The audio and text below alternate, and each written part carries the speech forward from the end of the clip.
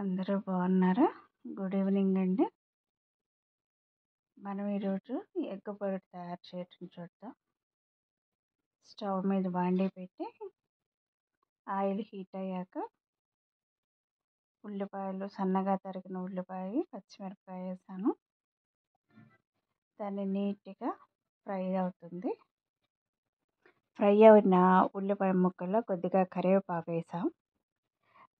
కరివేపాకు కూడా ఫ్రై అయ్యాక నీట్గా ఫ్రై అయ్యేలా తిప్పాలి. ఫ్రై అయిన ఆ ఉల్లిపాయ ముక్కలను మొత్తం సైడ్కి తీస్తే ఆయిల్ మిడిల్లోకి వస్తుంది. దానిలో ఒక 3 ఎగ్స్ వేసాను. 3 ఎగ్స్ వేసి ఇది చిన్నపిల్లలు, వంట రాని పిల్లలు పొరటు కొంచెం నీట్గా చేయాలి అనుకున్న వాళ్ళు యూజ్ అవుతుంది. ఎందుకంటే నేను చేసే పనిని నేను వీడియోస్ తీసి అప్లోడ్ చేస్తున్నాను. ఇప్పుడు దాన్ని కింద ఆమ్లెట్ లాగా తయారవుతుంది. కొంచెం అప్పుడు తిప్పుకోవాలి. కొంచెం కారం యాడ్ చేస్తున్నాను. కారం వేసాక సాల్ట్ కూడా యాడ్ చేస్తాను. సాల్ట్ స్టార్టింగ్లో వేస్తే ఉల్లిపాయలు త్వరగా వేగుతాయి. ఆ విషయం నేను మెన్షన్ చేయలేదు. కొద్దిగా వేసాను, కానీ ఇప్పుడు కూరకు సరిపడా వేస్తున్నాను. మీరు వీడియోని లైక్ చేసి మీరు చూస్తున్నందుకు థ్యాంక్స్ అండి. అవసరమైన వాళ్ళు, పిల్లలు ఎవరైనా దీన్ని యూజ్ చేసుకుంటారు అని అప్లోడ్ చేస్తూ ఉన్నాను. ఇప్పుడు ఎగ్లో మొత్తం ఉల్లిపాయ, ఎగ్స్, ఉప్పు, కారం నీట్గా కలిసేలాగా ఆయిల్లో తిప్పుతూ ఎగ్ పొరోటా తయారు చేస్తున్నాం. ఇది మొత్తం మంచి స్మెల్ వస్తుంది కూర అయ్యేటప్పుడు.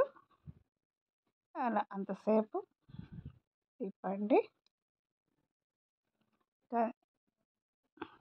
మీకు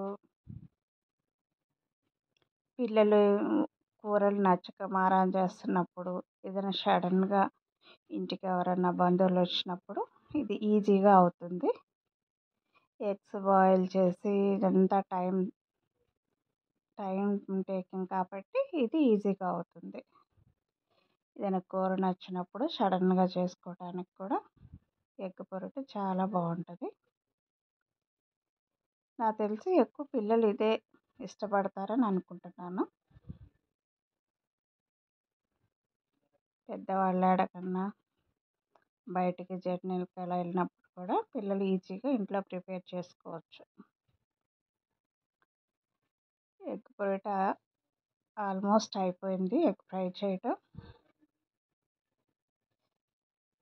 ఎగ్ ఇదొక రకం. ఇందులో టమాటా వేసి కూడా చేస్తారు. పులుసు వేసి ఇలానే పచ్చి ఎగ్ని నీట్గా స్ప్రెడ్ చేసి కూడా చేస్తారు. చూద్దాం, వీలైతే వాటిని కూడా చేసి పెడతాను, ట్రై చేస్తాను. ఇంతవరకు మీరు మా ఛానల్ని ఎంకరేజ్ చేస్తున్న వాళ్ళందరికీ థ్యాంక్ యూ సో మచ్ అండి. పిల్లలు మంచిగా చదువుకోండి. విద్య దొంగలు ఎత్తుకెళ్ళలేని ఆస్తి విద్య కానీ, నాలెడ్జ్ కానీ. Thank you so much.